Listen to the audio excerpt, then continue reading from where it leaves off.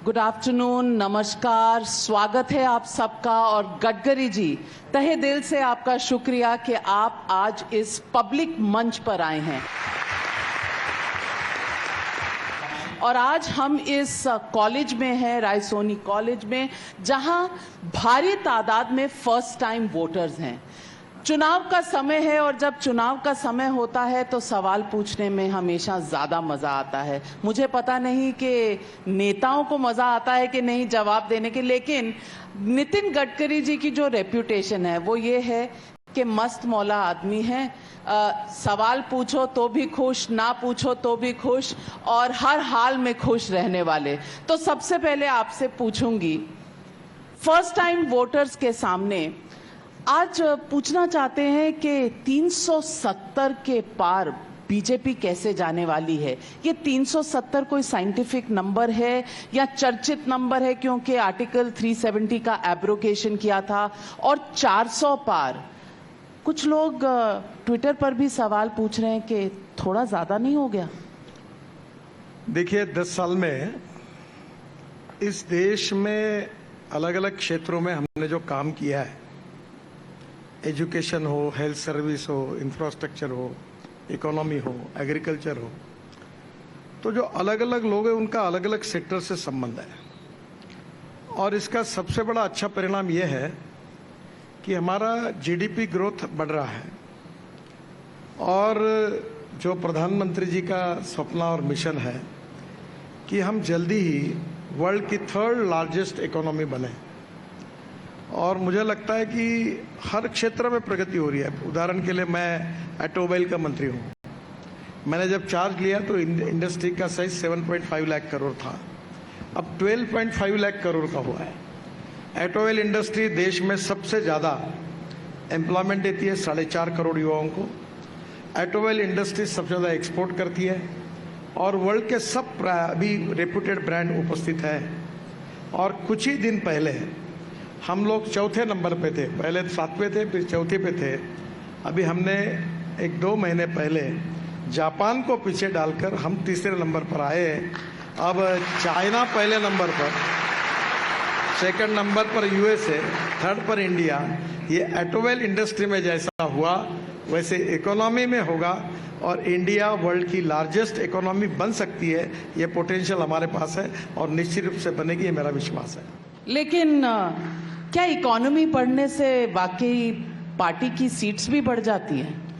देखिए, ये जो लड़के हैं पढ़े लिखे हैं, और मैं अक्सर 2 चीज़ें बहुत बार बोलता हूँ कि नॉलेज सबसे बड़ी पावर है, और conversion of knowledge into wealth ये फ्यूचर है, और conversion of waste into wealth by using knowledge as a power. तो मेरा विश्वास है कि ये सब लोग भविष्य में नॉलेज के लिए काम कर रहे हैं, और इनको ये लगता है कि हमारे शासनकाल में चाहे इंजीनियरिंग हो, रिसर्च हो, innovation, entrepreneurship, science, technology, research, skill and successful practices, we name it as knowledge, and conversion of knowledge into wealth is the future. और ये सब उसी के द्योतक है कि इनको लगातार इतनी फैसिलिटी मिल रही है कि हमारे शहर के कितने लड़के अब यूएसए में हैं, फॉरेन कंट्रीज में हैं, सॉफ्टवेयर इंजीनियर्स हैं, डॉक्टर्स हैं। तो नॉलेज के कारण हमारे देश को भी प्रतिष्ठा मिल रही है, और इन लोगों को सबको, नए जनरेशन को अपना भविष्य, उज्जवल भविष्य दिखता है, और इसको फैसिलिटेट करने वाली हमारी सरकार है। इसलिए young generation science, technology, research के कारण पूरी हमारे साथ जुड़ी हुई है, और उनका 90% वोट हमको ही मिलेगा, ऐसा हमारा विश्वास है। लेकिन राहुल गांधी तो कहते हैं कि इस देश में किसी को नौकरी नहीं मिल रही, इस देश में कास्ट सेंसस नहीं हो रहा, इस देश में जो भी हो रहा है वो गलत हो रहा है। आपका क्या विचार है? राहुल गांधी के क्रिटिसिज्म में कोई तथ्य है? देखिए, अपोजिशन पार्टी जो होती है उनका काम यही होता है, जैसे हिंदी पिक्चर में एक हीरो होता है, एक विलन होता है, कैरेक्टर एक्टर होता है। वो विलन का रोल ही ऐसा होता है कि उसको पैसे इसीलिए मिलते हैं कि वो विलन का काम करता है। तो जो अपोजिशन पार्टी में होता है वो अगर कहेगा कि रूलिंग पार्टी ने अच्छा काम किया, उसको पढ़ते हुए भी, तो उसका दुकान नहीं चलेगा, तो उसको स्वाभाविक रूप से हमारे विरोध में ही बोलना पड़ता है, इसलिए वो बोल रहे हैं। इससे ज़्यादा कोई बहुत गंभीरता से लेने की आवश्यकता ऐसा मुझे नहीं लगता। तो आप कह रहे हैं विपक्षी पार्टियां जो हैं वो विलन होती हैं? विलन नहीं कह रहा हूँ मैंने उदाहरण इसलिए दिया कि जिस प्रकार का कैरेक्टर मिलता है उस प्रकार का रोल होता है। अभी जैसा मैं महाराष्ट्र में लीडर ऑफ अपोजिशन था, तो मैं असेंबली में विरोध में बोलता था। अगर एक आधी जगह पर मैं सरकार का अभिनंदन करता था कि ने अच्छा काम किया, तो तुरंत मीडिया में छप के आता था कि अपोजिशन को रूलिंग पार्टी ने मैनेज किया। तो सब लोग चाहते कि विपक्ष में जो होगा वो उसने विरोध करना चाहिए। तो ये डेमोक्रेसी में होता है। वो इधर लाल बेंच होते हैं, तो वो जो विरोधी पक्ष के बेंच होते हैं उसमें लोग चिल्लाते हैं। जब मंत्री बन जाते हैं तो वही समझदारी की बात करते हैं। तो दोष व्यक्तियों का नहीं होता, दोष चेयर्स का होता है। जहां बैठता है वैसी बात करता है वो। तो दोष अगर चेयर्स का है तो आप मानते हैं कि आज सबसे ताज़ा और गर्मा गर्म खबर जो है वो है इलेक्टोरल बॉन्ड्स पर जो खुलासा हुआ है। स्टेट बैंक ऑफ इंडिया ने लिस्ट दी है इलेक्शन कमीशन को और इलेक्शन कमीशन ने वेबसाइट पे डाल दी है। बावजूद इसके सुप्रीम कोर्ट ने आज की सुनवाई में कहा कि कुछ तथ्य दिए नहीं गए स्टेट बैंक द्वारा। नंबर्स जो हैं, जो एक यूनिक बॉन्ड के नंबर्स होने चाहिए, वो प्रोवाइड नहीं किए गए और सुप्रीम कोर्ट ने एक्सेप्शन लिया है इस बात का। विपक्ष का कहना है इलेक्टोरल बॉन्ड्स जो हैं वो सबसे बड़ा स्कैम है इंडिपेंडेंट इंडिया का। आप क्या जवाब देंगे? नहीं, पहली बात तो ऐसी है कि अरुण जेटली जब वित्त मंत्री थे तब उन्होंने इस आइडिया को तैयार किया था और उस समय यह था कि पॉलिटिकल पार्टी का तो पैसा लगता ही है। अच्छा, अगर वो आइडेंटिफाई होता है तो उनका नुकसान भी होता है। तो उस समय उन्होंने जो पॉलिसी बनाई थी उसके अनुसार ये आया था। और मुझे ऐसा लगता है कि पॉलिटिकल पार्टी ये लोकतंत्र में आवश्यकता है और ये सच्चाई है कि no philosophy can be taught to empty stomach. आप कहीं भी जाइए, आप ये कार्यक्रम करेंगे तो आपको कहीं ना कहीं कुछ ना कुछ खर्चा तो लगता ही है। तो स्वाभाविक रूप से जनता पॉलिटिकल पार्टी को मदद करती है। उसको कानूनी स्वरूप देकर ये बनाया है। उस समय मुझे तो लगता है कि ये पूरी ट्रांसपेरेंट और अच्छे तरीके से हुआ है। पर इस matter is sub judice in supreme court, so it will not be more appropriate to make more comments on it. पर इसके बाद भी कोर्ट जो निर्णय करेगी उसके ऊपर जरूर विचार करेंगे। कोर्ट ने तो निर्णय कर दिया है कि सरकार छुपाना चाहती थी और हम ट्रांसपेरेंसी लाना चाहते हैं, यानी कि सरकार छुपा क्या रही थी, सवाल इस पर है। नहीं, कोई सरकार ने कुछ छुपाया नहीं है। जो कानून जैसे बना था, जो पॉलिसी बनी थी, उसके अनुसार ही बॉन्ड्स दिए थे, उसी प्रकार से लोगों ने जमा किए थे। तो ये सरकारी नियमों के अधीन होकर ही एक सब हुआ था। सरकार ने कोई बात छुपाने की कोशिश ना कल भी की थी ना आज भी की है। आज भी बहुत सी जो रेवलेशंस हैं सामने आए हैं, उसमें ये आया है कि पूरी लिस्ट नहीं दी है, अभी भी 2,500 करोड़ का हिसाब किताब स्टेट बैंक ने दिया नहीं है। और दूसरी बात कि उन्होंने बॉन्ड्स के नंबर छुपाए हैं। ये छुपाने के पीछे सरकार की कुछ मंशा रही होगी, ऐसा विपक्ष का कहना है। आप छुपा क्या रहे हैं, खास करके जब सुप्रीम कोर्ट ने सब कुछ जनता के साथ साझा करने के लिए कहा? देखिए, मैटर सब जुडिस है, अभी तक अंतिम निर्णय आया नहीं है और जब तक अंतिम निर्णय नहीं आता तब तक किसी प्रकार का इन्फ्रेंस निकलना कानून के दृष्टि से भी उचित नहीं होता है। मुझे लगता है अभी कोई भी कमेंट्स करने के बजाय let us wait for the decision from the supreme court और उसके बाद में डिसीजन आने के बाद जो कमेंट्स करना वो लोग करें। और मैटर सब जुडिस होने के बाद अब अधूरे सिस्टम अभी प्रोसेस में है, अभी ज़्यादा चर्चा करना उचित नहीं होगा, ऐसा मेरा मत है। लेकिन गडकरी जी, आरोप ये लगाया गया है कि एनफोर्समेंट डायरेक्टरेट इनकम टैक्स की रेड्स होती हैं, बल्कि एनफोर्समेंट डायरेक्टरेट को तो एक्सटॉर्शन डायरेक्टरेट कहा गया है, और लिंक्स बनाए जा रहे हैं कि रेड होती है उसके बाद डोनेशन होती है, रेड होती है डोनेशन होता है। क्या इन दोनों के बीच का जो लिंकेज है ये सरकार को जनता के सामने रखना नहीं चाहिए? नंबर 1। और नंबर 2, सवाल जो जनता उठा रही है कि आपकी पार्टी सबसे बड़ी पार्टी है, बहुत राज्यों में है, लेकिन आपको 600 गुना ज़्यादा, 600% ज़्यादा डोनेशन मिले, इसमें दाल में कुछ काला नहीं है? नहीं, मुझे लगता है जो मिला वो बैंक के द्वारा मिला है, और इसलिए सभी बातें ट्रांसपेरेंसी से लोगों के सामने है और सिस्टम में भी है, और कोर्ट अब इसके ऊपर निर्णय कर रहा है। We should wait for the decision of the court, और जब तक कोर्ट का अंतिम निर्णय नहीं होता तो इनिशियल लेवल पर कुछ ना कुछ इन्फ्रेंस निकाल के किसी प्रकार का चार्ज लगाना उचित नहीं होगा। हमारा जितनी प्रकार की बातें आपने कही उससे मैं सहमत नहीं हूँ, ना ऐसी कोई बात हमारी सरकार ने की है, ना करने का कोई सवाल उठता है। आपका भी एक साउंड बाइट है, आपने एक कंपनी मेगा इंजीनियरिंग की तारीफ की थी, उनके पास कॉन्ट्रैक्ट भी गए, कुछ टनल बनाने के, कुछ ट्रेन्स बनाने के, ट्रेन के ब्रिज बनाने के। मेगा इंजीनियरिंग ने 966 करोड़ रुपए डोनेशन में दिए हैं। किस पार्टी को दिए ये निकल कर तो नहीं आया, लेकिन 966। अनुमान ये लगाया जा रहा है कि आपने स्वयं तारीफ की थी और पार्लियामेंट में तारीफ की थी ऐसी कंपनी की, तो लोग लिंकेजेस भी बना रहे हैं। और मैं ये आपका ही साउंड बाइट पार्लियामेंट से यहाँ सबके सामने और आपको भी याद दिलवाने के लिए मैं मान्य करता हूँ ना, मैंने तारीफ की। पहली बात आप समझिए कि आप जो कह रहे हो वो सच है, पर आपको समझना होगा कि ये कारगिल के नीचे जो झोजिला टनल है उसका 4 बार टेंडर हुआ, और कैबिनेट में इसका अप्रूवल 12,000 करोड़ का रूप मिला था।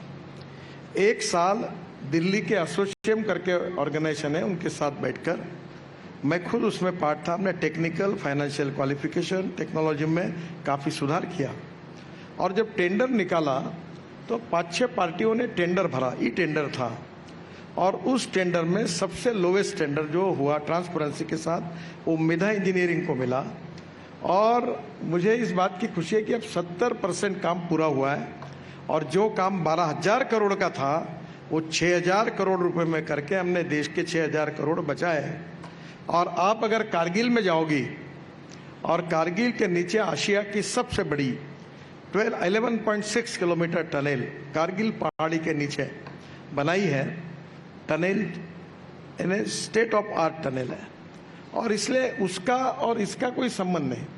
ना मैंने मेगा इंजीनियरिंग से, मैं तो ये दावे के साथ कह सकता हूँ कि मैं 50 लाख करोड़ रुपए के काम दे चुका हूँ अभी तक 10 साल में।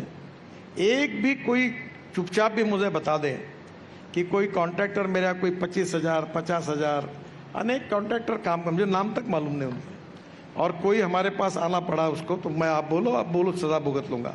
हम ट्रांसपेरेंट है, टाइम बाउंड है, रिजल्ट ओरिएंटेड और करप्शन फ्री है। रही बात, ये दोनों को जोड़ने का कोई कारण नहीं है। ये जो मेगा इंजीनियरिंग है यो ऑयल एंड गैस में काम करते हैं, रिफाइनरी का काम करते हैं, स्टेट गवर्नमेंट में काम करते हैं, देश के 7-8 देशों में काम करते हैं।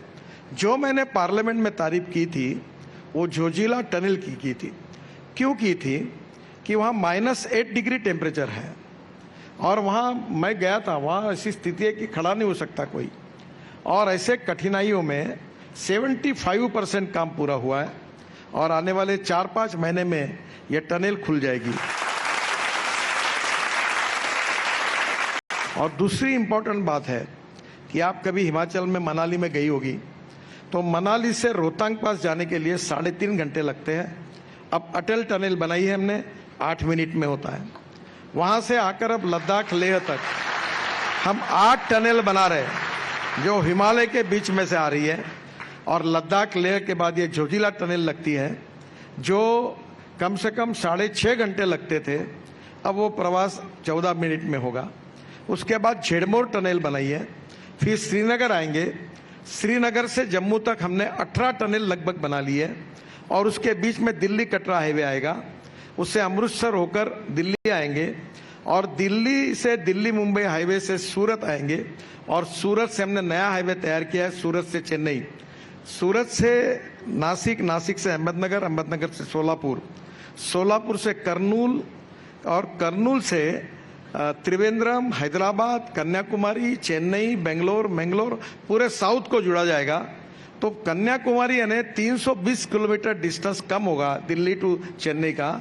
और हम जो कहते थे कि कश्मीर से कन्याकुमारी तक, इसमें ये एक टनल है जिसके कारण यह ऐतिहासिक हुआ। इसके बाद में पाकिस्तान है और पूरे रोड पर आप कभी जाओगे देखने के लिए, it's a pride for the country.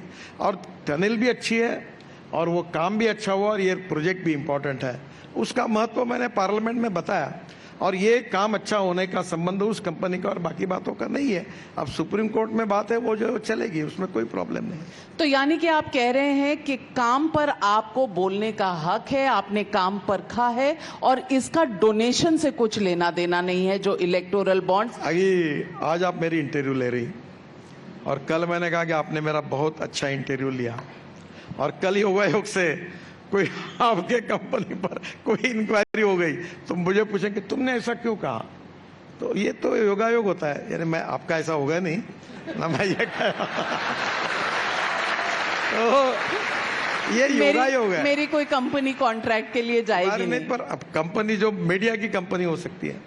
देखो प्रॉब्लम यह है कि अगर एक कोई शेफ अच्छा का बना रहा है कुछ तो अच्छा है, पर वो शेफ अगर जाके कहीं रात को दारू पीकर पकड़ा गया पुलिस में, आपने उस शेफ को अच्छा क्यों कहा, वो पकड़ा गया। अब ये योगायोग है। अब ऐसा अनेक बार हो सकता है। ये कॉन्ट्रैक्टर और जोजिला टनल ये अच्छी है, देश का अभिमान है। 6000 करोड़ के भारत के जनता के पैसे हमने बचाए और क्वालिटी और उसकी जो बनी है डिजाइनिंग, वो अपने आप में वर्ल्ड का बेस्ट है। आप जरूर देखने के लिए जाइए। उसकी तारीफ मैंने की और निश्चित रूप से मुझे उसका अभिमान है और यही बात मैंने पार्लियामेंट में कही, उसके ऊपर मुझे कोई पछतावा नहीं है। बहुत बड़ी बात कही नितिन गडकरी जी ने और मैं यहाँ बैठी जनता, पब्लिक जो है, उनसे पूछना चाहूंगी, कन्विंस्ड है, भरोसा दिला पा रहे हैं?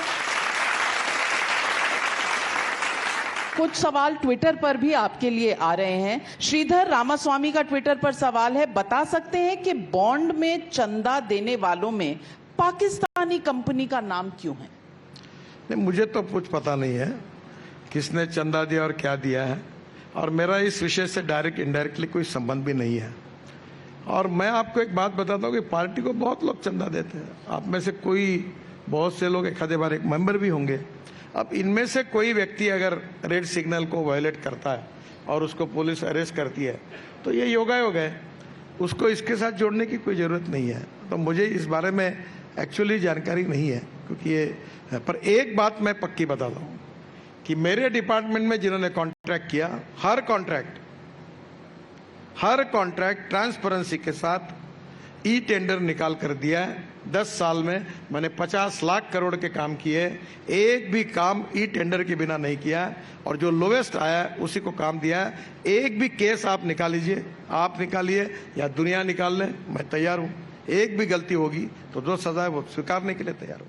बहुत बड़ी बात कह रहे हैं। हम ट्रांसपेरेंट है, टाइम बाउंड है, रिजल्ट ओरिएंटेड है, क्वालिटी कॉन्शियस है और इसके साथ हमने कभी कॉम्प्रोमाइज नहीं किया।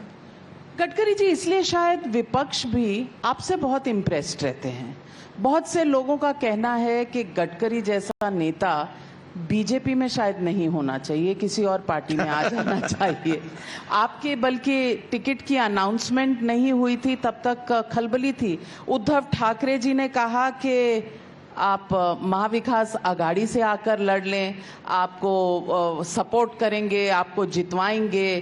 कांग्रेस पार्टी भी कहती है कि गडकरी जी अच्छे नेता हैं। जब विपक्ष आपकी तारीफ करने लगता है तो कहीं डर तो नहीं लगता कि ये क्यों कर रहे हैं? और दूसरी बात, ये क्या उजागर करता है कि आप अपनी ही पार्टी में थोड़े से खींचे तने अनकंफर्टेबल हैं?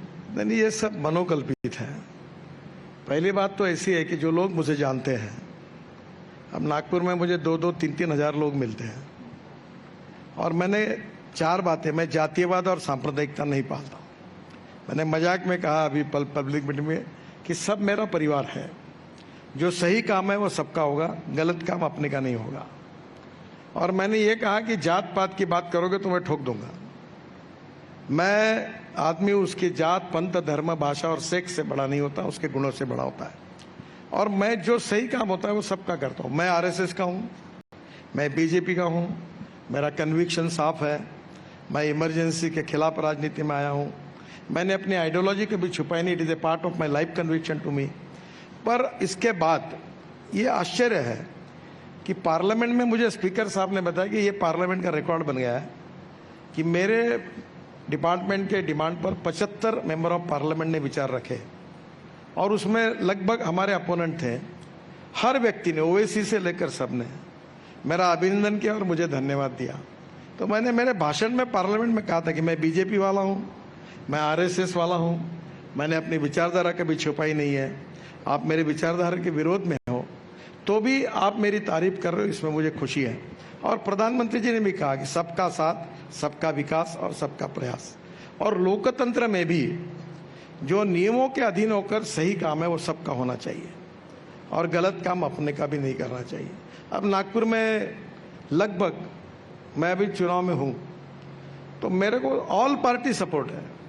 आप एक बार एक पत्रकार दिल्ली के आए थे और नागपुर का सर्वे करने के लिए खूब घूमे, फुटपाथ पर गए, मजदूर को पूछा, इसको पूछा, मेरे विरोध में कोई बोला ही नहीं।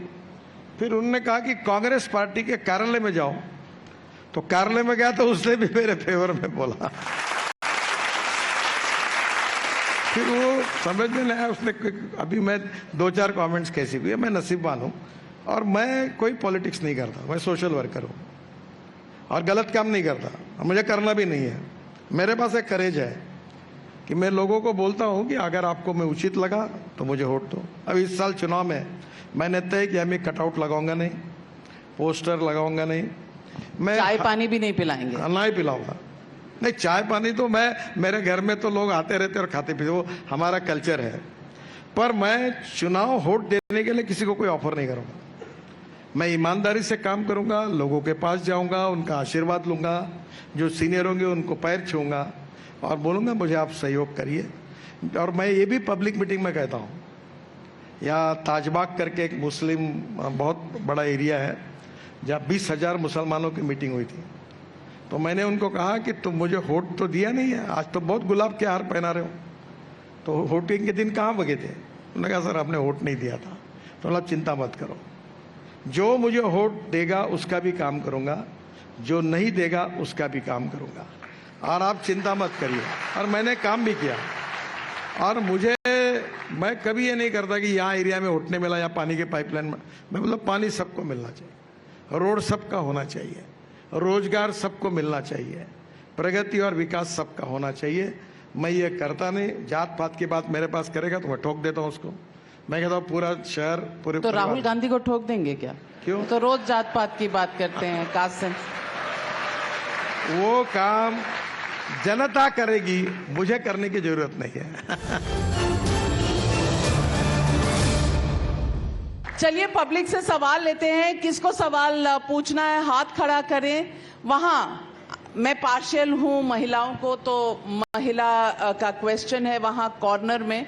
माइक जब तक पहुंच रहा है तब तक मैं एक साउंड बाइट भी सुनाना चाहती हूं। जब आपको कांग्रेस पार्टी में इनवाइट किया तो आपने क्या कहा, ये तब तक गडकरी जी का ये साउंड बाइट भी सुनिए। म्हणजे नितीन तुला एक गोष्ट सांगतो, you are a very good material. तू खूप चांगला माणूस, कार्यकर्ता आणि नेता आहेस, पण तू चुकीच्या माणसामध्ये, चुकीच्या पार्टीत आहे. तू जर काँग्रेसमध्ये आला तर तुझं भविष्य खूप उज्ज्वल आहे. म्हणलं डॉक्टर तुम्ही म्हटलं याबद्दल मी तुमचा आभारी आहे. मी वेळ प्रसंगी वेळ पडला तर विहिरीत जीव देईन, पण मी काँग्रेसमध्ये कधी येणार नाही. ऐसी क्या एलर्जी है कांग्रेस से? नहीं ऐसा नहीं, ये डॉक्टर श्रीकांत जिचकार करके थे, और आपको ये लड़कों को शायद पता, मैं सबसे स्टूडेंट लीडर था यूनिवर्सिटी का, और मैं छात्र संघ के अध्यक्ष। मेरा जीवन की शुरुआत ही स्टूडेंट लीडर करके हुई। तो उस समय हमारे पार्टी का भी भविष्य अच्छा नहीं था। मैं इमरजेंसी के खिलाफ राजनीति में आया। हमारे अटल जी अडवाणी सब हम दो हमारे दो ऐसा लोग कहते थे। पार्टी का भविष्य अच्छा नहीं था। तो मुझे एक बार डॉक्टर श्रीकांत जिचकार मेरे बहुत अच्छे मित्र थे, बहुत विद्वान थे, वो अच्छे व्यक्ति थे। वो बोले you are a good material but in wrong party. इस पार्टी को बोले नितिन भविष्य नहीं है, तुम कांग्रेस में आओ। माई कन्विक्शन ये मेरे लिए सर्वोपरि है। और मैं आज भी मेरी पार्टी, मेरे सिद्धांत, मेरी नीतियाँ, मेरी कमिटमेंट, मेरी वैल्यूज, चाहे जीत हो चाहे हार हो, चाहे जनता का साथ हो जहाँ विरोध हो, चाहे समर्थन हो चाहे लोग मुझे हरा दे, मैं अपने सिद्धांतों के साथ, अपने विचारों के साथ, अपने कन्विक्शन के साथ मैं चलते रहूँगा। बेसिक चीज़ों के साथ मैं कॉम्प्रोमाइज़ नहीं करूँगा। साथ दिया उसका भी भला, नहीं दिया उसका भी भला। मैं इसके बारे में स्टेट हूँ।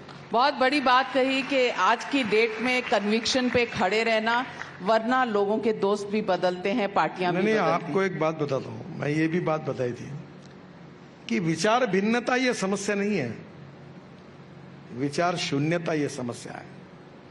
हमारे यहाँ बर्धन साहब थे, वो सीपीआई के, मैं उनके बीजेपी का अध्यक्ष बनने के बाद उनके पैर छूने के लिए कम्युनिस्ट पार्टी कार्यालय गया था। बहुत बड़े व्यक्ति थे। विचार भिन्नता में कोई उसमें हो सकता है, मतभेद होने चाहिए पर मनभेद नहीं होनी चाहिए, अटल जी ने कहा। बहुत बड़ी बात, विचार भिन्नता होनी चाहिए, विचार शून्यता नहीं। इसके ऊपर मैं एक गीत सुनाया था कि आजकल जो चलता है, जब भी जी चाहे तो नई दुनिया बसा लेते हैं लोग, एक चेहरे पे कई चेहरे लगा लेते हैं लोग। ये अच्छी बात नहीं है। चाहे जीत हो चाहे हार हो, सत्ता हो चाहे विरोध हो, अपनी बात को रखकर चलते रहना चाहिए। We are neither rightist nor leftist, we are non opportunist, ये नहीं होना चाहिए।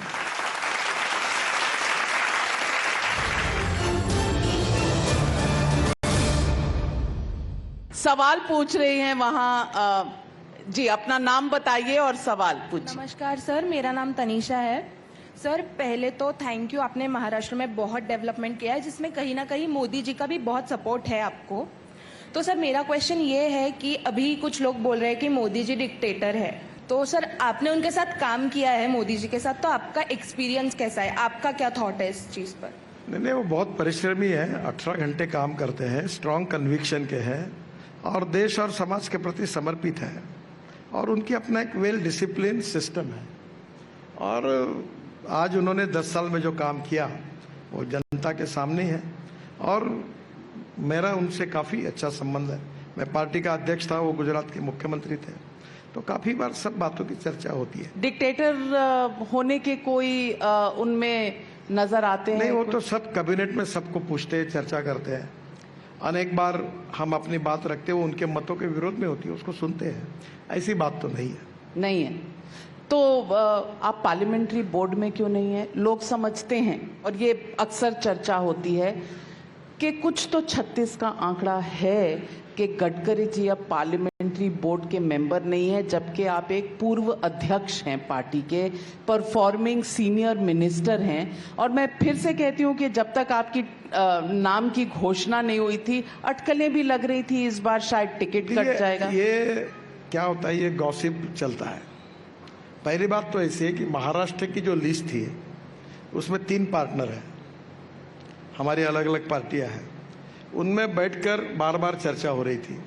तो पद्धति ऐसी होती है कि महाराष्ट्र की टीम पहले दिल्ली जाती है और दिल्ली में बात होती है, पर बीजेपी की टीम महाराष्ट्र की जाने के पहले ही महाराष्ट्र में ये 3 पार्टी और बीजेपी का जो अलायंस है उसमें यूनानिमिटी नहीं हो पाई, वो चर्चा ही चल रही थी। तो महाराष्ट्र की लिस्ट ही दिल्ली नहीं गई, तो लिस्ट गए बिना पार्लियामेंट्री बोर्ड में नाम कैसे फाइनल होगा? तो महाराष्ट्र की लिस्ट में मेरा नाम था, इसलिए वो एक टेक्निकल रीज़न है कि बाद में नाम आया। अब लोग इसके ऊपर कुछ ना कुछ गलत अर्थ लगाकर कुछ लगते हैं। कुछ लोगों ने मुझे ऑफर किया कि मेरा नाम कट रहा है, मेरा नहीं है। अब प्रॉब्लम यह है कि मैं एक कार्यकर्ता हूँ, और मैं अक्सर एक बात कहता हूँ कि कार्यकर्ता वो हूँ जो बीजेपी के और आरएसएस के कन्विक्शन के साथ काम करता हूँ। मैं कहता हूँ कि मंत्री पूर्व मंत्री बनता है, एमएलए पूर्व एमएलए बनता है, एमपी पूर्व एमपी बनता है, पर कार्यकर्ता कभी पूर्व कार्यकर्ता नहीं बनता। And politics is a instrument of socio economic reform. समाजकरण, राष्ट्रकरण और विकासकरण। मैं काफ़ी सामाजिक काम करता हूँ और लगभग ये लोग जानते होंगे कि मैं स्पोर्ट्स में काम करता हूँ। क्रीड़ा महोत्सव 70,000 खिलाड़ी खेले। मैं कल्चरल इवेंट्स में काम करता हूँ और मैं खेती में काम, एग्रो विजन में काम करता हूँ। काफ़ी अलग अलग प्रोजेक्ट्स में काम करता हूँ। मैं अपने तबीयत से काम करता हूँ और मैंने जीवन में कभी मेरा पोस्टर नहीं लगाया, ना एडवर्टाइजमेंट छपाई और छपाना भी नहीं मेरे को। मेरा अपने काम पर विश्वास से मैं काम करता हूँ। मैं बीजेपी का अध्यक्ष बना मुझे पता नहीं था। आप शायद होगी उस समय मैं पहली बार दिल्ली आया था, हाफ शर्ट और एक स्वेटर पहन के। मेरे पास कोट ही नहीं था क्योंकि मैं कोट पहनता नहीं था। और दिल्ली में उस समय करीब 2 डिग्री वगैरह टेम्परेचर आ गया था। तो मैंने देखा और मैं ऐसा बैठा था। तो फिर रविशंकर प्रसाद ने कहा सब कोट पहन के। तब मेरा वजन बहुत ज़्यादा था, अभी मैं बहुत कम हूँ, 135 kg था, अभी मैं 90 हूँ। 45 किलो मेरा वजन कम हुआ। तो एक सिक्योरिटी गार्ड था मोटा सा, उसका कोट पहनकर मैंने पहली प्रेस कॉन्फ्रेंस की और रात को फिर मैं गया था। तो मैंने कुछ मांगा नहीं, जो मिला वो मैंने काम किया। कहाँ रहना कहाँ नहीं रहना ये पार्टी का अध्यक्ष का और निर्णय है। मैं जहाँ हूँ अपना काम करते रहता हूँ। मेरी किसी के बारे में कोई तकरार नहीं। मैं कुछ विजुअल्स दिखानी चाहती हूँ। ये रायपुर के हैं। एक इनॉग्रेशन था किसी प्रोजेक्ट का जिसमें चीफ मिनिस्टर थे छत्तीसगढ़ के और आप भी थे, और ये आपने शॉल पहनाया और आपके और मोदी जी के बीच में कुछ बात हुई और फिर मोदी जी ठहाके मारकर हंसे। आपने उनका हाथ पकड़ा और सर को लगाया। क्या बातचीत हुई आपके बीच में? बातचीत तो परसों भी हुई द्वारका एक्सप्रेस हाईवे पे। अब उसके फोटो नहीं है। नहीं, उसके भी फोटो उसको फोटो है पर ऐसे वाले नहीं है कि हाथ पकड़ के सोशल सर को मीडिया लगाना। में एक्सप्रेशंस क्या है इसके ऊपर भी लोग टिप्पणी करते हैं। नहीं, अब उन्होंने उस दिन मुझे पूछा कि ये जो द्वारका एक्सप्रेस हाईवे है, ये जो बना है, ये टोटल इसकी कितना किलोमीटर है? क्योंकि वो बीच में सीएजी ने ऑब्जेक्ट 27 किलोमीटर ऑफिशियली है, पर सिंगल लेन के हिसाब से 265 किलोमीटर है। 4 लेन है, टनल्स है, ब्रिजेस है, आरओबी है। तो फिर मैंने उनको कहा कि इसमें 20% कॉस्ट भी कम हुई है। तो वो उन्होंने उसकी जानकारी मुझे पूछी थी, तो मैंने उनको बताया। तो शाबाशी दी, आपने हाथ सर पर लगाया। एक नहीं, कोई हंसी विनोद की बात होती होंगी।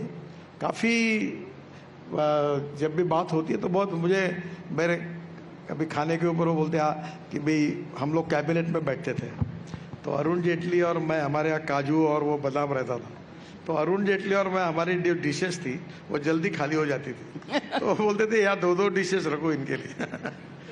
ऐसी भी हंसी मजाक कभी होती रहती है। मैं आपसे पूछना चाहती हूँ कि 400 पार का जो नारा आपकी पार्टी का है, इसके बाद आप ही के पार्टी के एक मेंबर ने कहा, अनंत हेगड़े कर्नाटक के हैं, हालांकि पार्टी ने अपने आप को डिस्टेंस किया है, लेकिन उन्होंने कहा 400 इसलिए चाहिए क्योंकि संविधान बदलना है।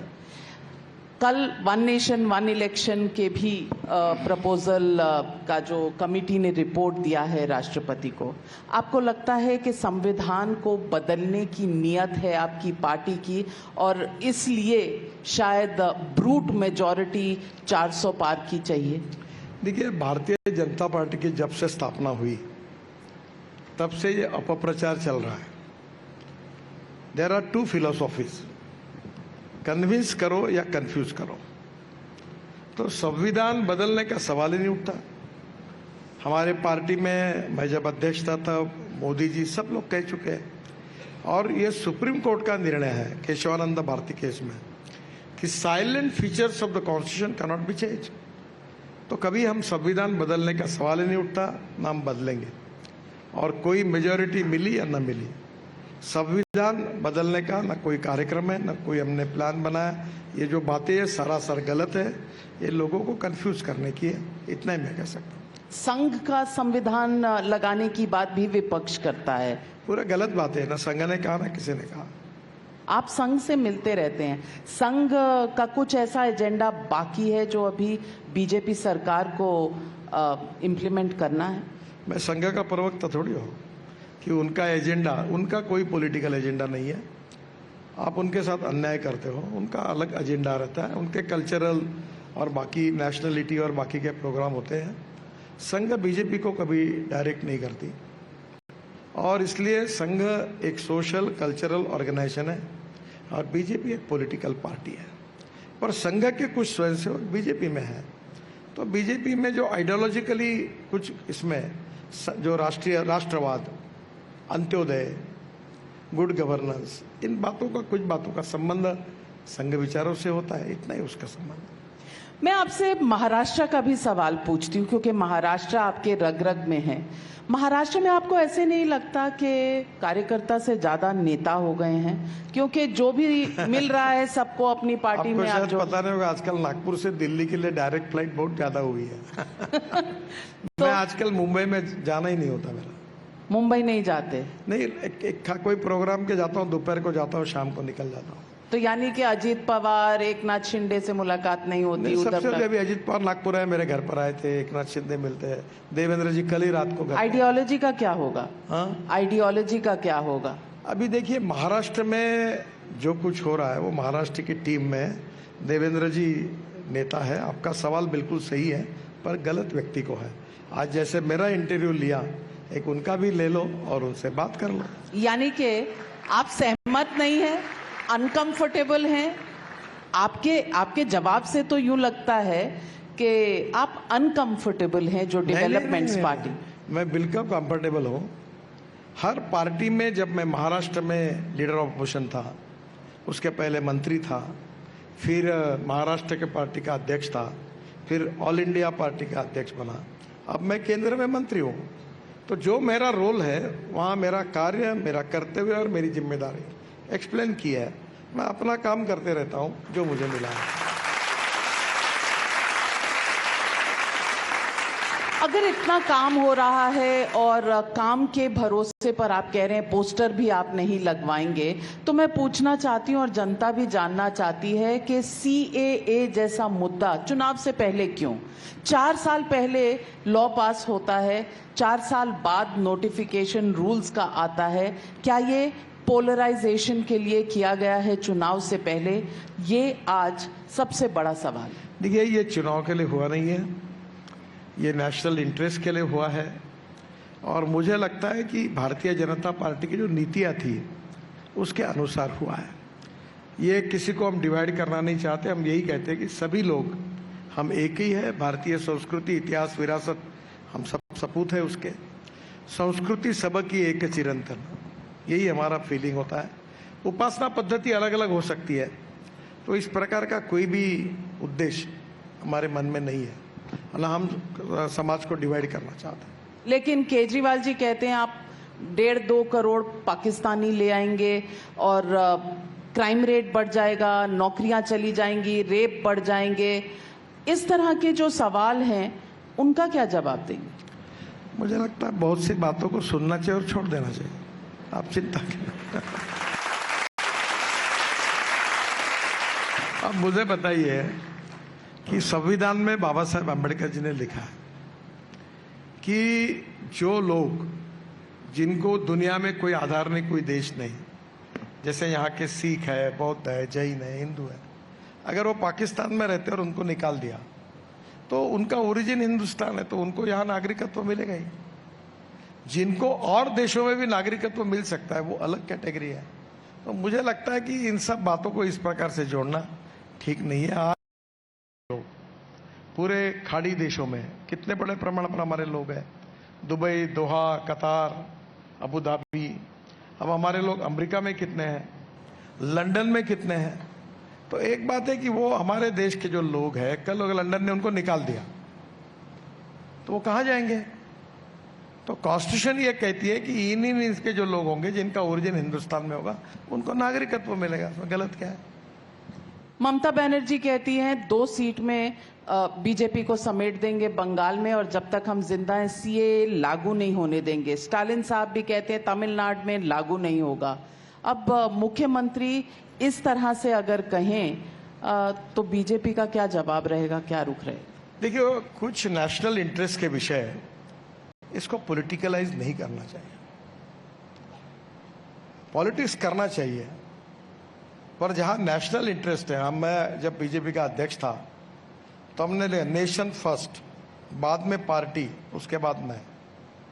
और मैं ये मानता हूं कि जैसे नेशनलिज्म हमारा आत्मा है और सोशो इकोनॉमिक चिंतन, अंत्योदय हमारा उद्दिष्ट है, और गुड गवर्नेंस के साथ उस उद्दिष्ट को हासिल करना हमारा मकसद है, हमारी कोशिश है।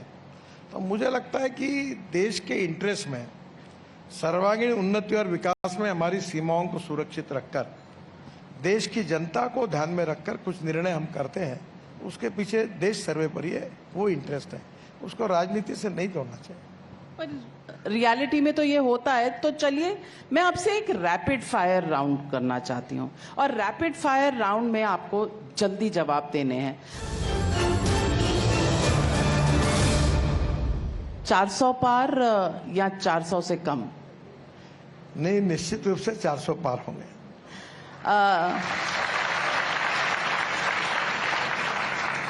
सबसे favourite film of all time? मेरी तो बहुत फिल्में फेवरेट है। मैं अमिताभ बच्चन जी के साथ था तो मैं उनको कह रहा था कि दीवार मैंने 3 बार देखी, जंजीर 3 बार देखी, तो फाइटिंग के पिक्चर बहुत पसंद है। फाइटिंग की? आजकल मैं वो वीर झरा के, मैंने जो वीर झरा पिक्चर था ना, उसका संगीत है मदन मोहन जी का और गीत है अपने जावेद साहब के जी, और प्रीति जिंटा और शाहरुख खान का। तो प्रीति जिंटा काफी बार दिल्ली आती है तो मुझे मिलती है, तो मैंने वो जो गाने सुने वीर झरा के, वो मदन मोहन जी के संगीत मुझे बहुत पसंद है। मुझे कौन सा फेवरेट गाना है वीर झरा का? सभी अच्छे हैं उसमें। आप इनके सब में पॉपुलर होंगे, वो सब लोग सुनते हो। आपको संगीत का बहुत शौक है? हाँ, मैं सुनते रहता हूँ। क्लासिकल के हिंदी फिल्म म्यूजिक? अभी एक अयोध्या में वो मिश्रा करके गायक है, उसका प्रभु रामचंद्र पर एक बहुत सुंदर गीत हुआ, मैं सुनते रहता हूँ। मैं आजकल यूट्यूब के कारण काफी समय जब मिलता है तो संगीत सुनता हूँ। मैं आज आप तो देश के बहुत बड़े यूट्यूबर हैं, इन्फ्लुएंसर हैं, आपके वीडियोस के तो बहुत व्यूज आते हैं, पैसा भी आता है यूट्यूब? हाँ, पैसा भी आता है। जो पैसा आता है मैं डोनेट कर देता हूँ। डोनेट कर देते हैं? मैं नहीं। आपको ताज्जुब होगा, मैं 1400 एकल विद्यालय चलाता हूँ, उस ट्रस्ट का चेयरमैन हूँ। हमारे 1800 टीचर है और ये पूरे विद्यालय सिरोंचा, एटापल्ली, अहेरी, मेड़घाट, जहाँ कोई पहुँच नहीं सकता ऐसी जगह पे चलाता हूँ। वहाँ अभी मेडिकल कैंप करता हूँ। हमारे करीब 1400-1600 टीचर है, उनका 4 दिन का वर्कशॉप होता है। तो मैं अपना जो एग्रीकल्चर में बहुत काम करता हूँ, ऑर्गेनिक फार्मिंग में, बायो फर्टिलाइजर में। तो आप एंटरप्रेन्योर हैं, किसान हैं, नेता हैं या मंत्री हैं? देखिए, ये इसमें कॉन्ट्रडिक्शन नहीं है। मैं ये बात कहता हूं कि politics is the instrument of socio economic reform. सामाजिक आर्थिक परिवर्तन का राजनीति इफेक्टिव इक्विपमेंट है। तो मैं, किसानों की आत्महत्या होती है तो उसके लिए मैंने काम करना चाहिए। अभी मुझे 8 डिलिट्स मिली है, 9वीं मिलने की अभी घोषणा होने वाली है, 8 डिलिट्स यूनिवर्सिटी की। तो उसमें 4 एग्रीकल्चर यूनिवर्सिटी की है। मैंने यहाँ अकोला में 36 तालाब बनाए, अभी परबन यूनिवर्सिटी में बना है, वेटरनरी यूनिवर्सिटी में बना है। रोड के काम से मैंने कहा बम्बू का क्रैश बैरियर बनाया, फ्लैश पर काम करता हूँ। अभी मैंने ट्रांसप्लांट, अभी एक नागपुर में, इनके लिए बहुत खुशी होगी, ये यहीं से वर्धा रोड पर एक बर्ड पार्क बना रहा हूँ, एक बर्ड पार्क और ऑक्सीजन पार्क, और पूरे फल लगाए। और वहाँ ये भी कॉफी शॉप में जा सकेंगे, फल लगेंगे पर ये हाथ नहीं लगा सकेंगे, वो फल केवल बर्ड ही खाएंगे, उन्हीं के लिए बनाया। ऑक्सीजन पार्क बना रहा हूँ। तो मैं अभी दिव्यांगों के लिए तो मैंने देश का सबसे अच्छा पार्क बनाया 4 दिन पहले उसका। वहाँ इतने sound therapy, touch therapy, smell therapy, सब अलग अलग प्रकार के इक्विपमेंट है। तो मैं अपनी एक रुचि भी है, मेरा इंटरेस्ट है। मैं मानता हूँ दिस इज पॉलिटिक्स। रोज इसने क्या क्या, उसने क्या क्या, जो आप टीवी पे चलाते, मैं देखता भी नहीं। I don't waste my time. मैं कहता हूँ अपना काम करो, अपना काम करो। कर्मण्येवाधिकारस्य मा फलेषु कदाचन। जो नेचुरल है वो करते रहो, चलते रहो, काम करते रहो। God is great. लोग आपको बराबर साथ देते हैं। तो इसका मतलब चुनाव में आप पार्टिसिपेट करेंगे तो आप देखते नहीं दूसरे पार्टी को कितना सीट मिल रहा है? नाम नहीं लेता जी मैं, ना उम्मीदवार का नाम लेता हूँ ना पार्टी का। मैं ये कहता हूँ मैंने क्या किया है। मेरा एक मित्र था, उन्हें बचपन में मुझे बहुत अच्छी बात सिखाई थी कि दो रेशा है, एक तुम्हारी और एक दूसरे की है। अगर बड़ी करनी है तो दो मार्ग है, खुद की बड़ी करो या दूसरी की पूछने का काम करो। मैंने उस दिन तय किया कि मैं अपनी बड़ी करूंगा, दूसरी की पूछने के लफड़े में नहीं पड़ूंगा। तो आपने अपनी बड़ी करके तो बता दिया 400 पार, वो कांग्रेस पार्टी की कितनी छोटी होगी वो भी बता दीजिए। अरे भाई 40 से कम या 40 से ज्यादा? बीजेपी के बारे में बताऊं, मैं कांग्रेस के बारे में मैं क्यों बताऊं? क्योंकि आप पार्टी आप पे बताइए, आपको आपकी चैनल के साथ दूसरे चैनल का नाम मैंने लिया हुआ चलेगा क्या? नहीं चलेगा। नहीं चलेगा। वैसा ही मैं अपने पार्टी का नाम लूंगा, बाकी उनका देखे, जिसमें दम है वो उतना कर ले, जनता की अदालत में तय होगा। तो आज चुनौती दे दी नितिन गडकरी जी ने, आज देखें जरा किसमें कितना है दम। लास्ट 2 सवाल लेते हैं पब्लिक से। 2 सवाल। हिंगना नाका से वाना डोंगरी तक जो भी रोड है, वहाँ पे जो स्ट्रीट लाइट है अभी तक ऑन नहीं हुए हैं, वहाँ पे काफी एक्सीडेंट होते हैं। एक बार तो मेरा ही हो गया। नागपुर के बहुत लोकल सवाल है, स्ट्रीट लाइट, सड़क, तो ये सवाल है। अच्छा सवाल है। आपका सवाल? मेरा सवाल था कि जो पेट्रोल के प्राइसेस बढ़ रहे हैं, इन्फ्लेशन बढ़ रहा है, अब तो घट गए और कल रात को घटे हैं, इसलिए क्योंकि चुनाव आ रहे हैं।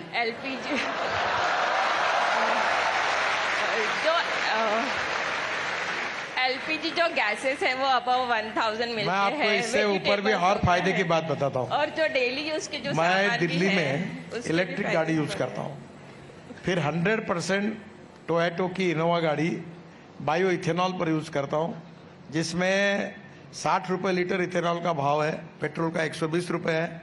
वो जो इनोवा है वो 60% बिजली तैयार करके चलती है और 40% इथेनॉल पे चलती है, तो पेट्रोल की कीमत 25 रुपये लीटर होती है।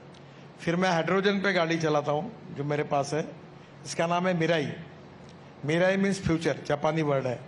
अब मेरा आप सबको आह्वान है कि अब हाइड्रोजन ये भविष्य का फ्यूल है। फ्यूचरिस्टिक टेक्नोलॉजी, फ्यूचरिस्टिक विजन, इसके आधार पर आप हाइड्रोजन पे काम करिए। उसमें हाइड्रोजन 3 प्रकार का है आपके पास। अभी ब्लैक हाइड्रोजन कोयले से बनता है, पेट्रोलियम से ब्राउन, और जो पानी और बायोमास से बनता है वो ग्रीन। तो आप ग्रीन हाइड्रोजन पे काम करिए और आपके कॉलेज में इलेक्ट्रिक पर अभी चार्जिंग स्टेशन बनाइए। Electric scooter, electric auto rickshaw, electric car use करिए। अगर आप 20,000 रुपये महीने का पेट्रोल पे कार पे खर्चा करते होंगे तो इलेक्ट्रिक का खर्चा केवल 2,500 रुपये आएगा। तो पेट्रोल से और आपको भी अगले चुनाव से पहले पेट्रोल के दाम गिराने की जरूरत नहीं मुझे पड़ेगी। तो मेरा सपना है पेट्रोल डीजल को समाप्त करना इस देश से। Import substitute, cost effective, pollution free और इंडिजिनस। और मैं 2004 से अल्टरनेटिव फ्यूल और बायो फ्यूल पे काम कर रहा हूँ। ये मेरा सबसे टचिंग टू माय हार्ट ऐसा विषय है और मुझे खुशी है कि अब ये बहुत पॉपुलर हो गया। मैं खुद, आप जितने लोग बैठे हैं, जिनके पास स्कूटर होगी जो पेट्रोल यूज कर रहे हैं, जिनके पास कार है जो कार यूज कर रहे हैं, जितने यहाँ बैठे हैं, आपके सबके गाड़ियों में मैंने तैयार किया हुआ 10% व 20% इथेनॉल डाला हुआ। मैं ग्रीन फ्यूल के पक्षधर हूं और आप भी ग्रीन करिए। अभी ये पेट्रोल डीजल को बने तक यूज मत करिए। राजनीति में परिवारवाद मुद्दा है और बहुत से लोग, आपकी पार्टी का बाकी पार्टियों पर रहता है एक आक्रमण, बेटा फिर बेटे का बेटा, फिर इस तरह से पार्टियां चल रही हैं। पहले अशोक गहलोत, फिर जूनियर गहलोत, पायलट फिर जूनियर पायलट, कमलनाथ फिर जूनियर कमलनाथ। लेकिन लोग कहते हैं आपकी पार्टी में भी परिवारवाद है, पुराने नेताओं के बच्चे। किसी का पुत्र होना गुनाह नहीं है और उसको टिकट मिलना भी गुनाह नहीं है, पर जैसे मेरे पुत्र को टिकट दो इसका आग्रह मैं करूं तो वो मीनिंगलेस है। अब मेरे भी लड़के हैं, मेरा लड़का इसी कॉलेज से इंजीनियर हुआ है और अभी वो पावर प्रोजेक्ट चला था। तो मैंने उस सबको, मेरे लड़कों और लड़की को कहा कि मेरे जो कुछ मैंने किया है एसेट्स क्रिएट हुए वो आपके हैं, कर्जा भी आपका है, एसेट भी आपके है। एक विरासत है, इसके ऊपर अधिकार मेरे कार्यकर्ताओं का है, मेरे पार्टी का है, जिनने मुझे बड़ा किया। तो मेरा कोई लड़का लड़की राजनीति में नहीं है और वो अपना काम करते हैं। ये बात जरूर है कि किसी को अगर मेरे लड़के को काम करना है तो मैंने पोस्टर चिपकाए, दीवारों पर लिखा, वो भी शुरू से काम करें। मेरा लड़का करके एकदम स्टेज पे जाके बैठे और टिकट मांगे, ये नहीं होगा। तो कहीं ना कहीं ऐसा भी है। देवेंद्र फडणवीस नागपुर के हैं, इनके पिताजी एमएलसी थे, उसके बाद मैं बना। मैं उनकी तबीयत खराब थी तो मैं उनके पास गया था कि देवेंद्र को राजनीति में ले जाता हूँ, तो उन्होंने कहा उससे बात करो। तो वो राजनीति में उनके पिताजी के कारण नहीं है, मेरे कारण आया। मैंने उनको बोला कि इसको राजनीति में लाओ। तो सवाल ये उठता है कि किसी का पुत्र होना गुनाह नहीं है, पर उसने अपनी मेटल को प्रूव करना चाहिए और फिर पब्लिक ने उसको टिकट मांगना चाहिए। गड़बड़ कहाँ हो रही है? जो एस्टैब्लिश पॉलिटिकल लीडर है वो पार्टी को ब्लैकमेल करता है, मेरे लड़की को टिकट दो। That is wrong. आपकी पार्टी में ऐसा नहीं होता है? नहीं, थोड़ा सा ढीला बोला। जो लोग अच्छे कैपेबल होते हैं, जैसे मैंने कहा ना, देवेंद्र को मैंने ही लाया पार्टी में और कोई उसकी कैपेबिलिटी थी, उसके परिवार ने नहीं कहा, उसके पिताजी ने नहीं कहा। और इसमें जो इस प्रकार से आएंगे उसमें कोई अड़चन नहीं है। मैं आपसे आखिरी में एक ही सवाल पूछूंगी, आपके लिए पॉलिटिक्स और चुनाव लड़ने का सबसे बड़ा ऑब्जेक्टिव गोल क्या है? देखिए, मुझे जो कुछ करना है वो अपने हिसाब से करना है। Whether you want to lead the people और लीड बाय द पीपल। मैं जनता को मानता हूँ, मैं जनता का आशीर्वाद मांगता हूँ, पर मैं अपने कन्विक्शन के साथ चलूँगा। जो सही होगा वो करूँगा, जो गलत होगा वो नहीं करूँगा। और मेरा विश्वास है कि पॉलिटिक्स में हम देश की, समाज की उन्नति और विकास करने के लिए आए हैं। जैसे मैं नागपुर का हूँ तो मुझे लगता है मेरा शहर सबसे अच्छा बनना चाहिए। मैं विदर्भ का हूँ, या किसान आत्महत्या करते तो मुझे लगता है या किसानों ने आत्महत्या नहीं करनी है। मैं महाराष्ट्र का हूँ, मैंने महाराष्ट्र में 5 लाख करोड़ के रोड बनाए। मैं देश का हूँ। अब द्वारका एक्सप्रेस हाईवे से लेकर जोजिला टनल से लेकर द्वारका का ब्रिज से लेकर मैंने आइकॉनिक बातें बनाई। जब मैं महाराष्ट्र में आता तो मुंबई पुणे एक्सप्रेस हाईवे बनाया, ये वर्ली बांद्रा सीलिंग प्रोजेक्ट बनाया, 55 फ्लाईओवर बनाए। तो जहाँ भी देश में मैं कुछ अच्छा कर सकता हूँ, लोगों का जीवन जिसके कारण सस्टेनेबल बने, सुखी बने, समृद्ध बने, संपन्न बने, गांव गरीब मजदूर किसान का कल्याण हो और ये देश दुनिया की ताकत बने। और मैं आपको एक अच्छी बात बताता हूँ, मुझे बीबीसी ने शायद एक बार इंटरव्यू लिया था और मुझे पूछा था आपने अच्छा काम किया, कौन सा किया है? तो उनकी अपेक्षा थी टनल, रोड, ब्रिजेस मैंने खूब बनाया। तो मैंने कहा मैं जब मंत्री था पहली बार तो मैंने कानून बनाया कि जो आदमी आदमी को ढोने का काम करता था, साइकिल रिक्शा या जो बोरा रखकर चलाते थे, मैंने मैकेनिक्स ड्रिवन ई रिक्शा और ई कार्ट लाई। उस समय 1 करोड़ लोग आदमी आदमी को धोने का या खींचने का काम करता था। ये 1 करोड़ लोग मानवीय शोषण से मुक्त हुए हैं और उनको स्वाभिमान और सस्टेनेबल लाइफ मिला है। That is to be the best achievement in my life. बहुत अच्छी बात कही आपने, बहुत अच्छी बात कही। और Nitin Gadkari ji, road transport, highways minister और मिरेकल मैन आपको कहा जाता है। अब 2024 के चुनाव के बाद क्या बनना चाहेंगे? मैंने कभी सोचा नहीं मैं क्या बनूंगा और क्या बनना चाहता हूँ। मेरी औकात और हैसियत से मुझे बहुत ज़्यादा मिला है और आपको सही में विश्वास नहीं होगा। मैंने एक बार राजस्थान की विधानसभा में एक भाषण दिया था कि नगर सेवक दुखी है क्योंकि वो एमएलए नहीं बना, एमएलए दुखी है क्योंकि वो मंत्री नहीं बना, मंत्री दुखी है क्योंकि उसको अच्छा डिपार्टमेंट नहीं मिला, अच्छा डिपार्टमेंट मिलने वाला इसलिए दुखी है कि वो मुख्यमंत्री नहीं बना, और मुख्यमंत्री दुखी है कि कब रहेंगे और कब जाएंगे भरोसा नहीं। मैं सपने में भी अपने भविष्य के बारे में सोचता नहीं, यही मेरे सक्सेस स्टोरी का सबसे बड़ा आधार है। और इसलिए मैं एक कहता हूँ, चलते रहना चाहिए, काम करते रहना चाहिए, जो काम मिलेगा वो करेंगे। और मुझे आज तक मैंने बायोडाटा छपाया नहीं, मैं किसी को मिला नहीं, मैं किसी के स्वागत के लिए कभी एयरपोर्ट, अभी तो जाता हूँ प्रोटोकॉल के हिसाब से जाता हूँ, पर मैं कभी कोई काम नहीं। जनता को बोलता हूँ मेरे को स्वागत 40 साल हुए, मेरे स्वागत के लिए कोई एयरपोर्ट नहीं आता। मैं जॉर्ज फर्नांडिस को अपना आइकॉन मानता हूँ। पर मैं बोलता था कि कुत्ता भी नहीं आता है मेरे स्वागत के लिए। अब गड़बड़ी हो गई कि मैं Z+ में हूँ, तो मेरे आने के पहले कुत्ता घूमता है क्या?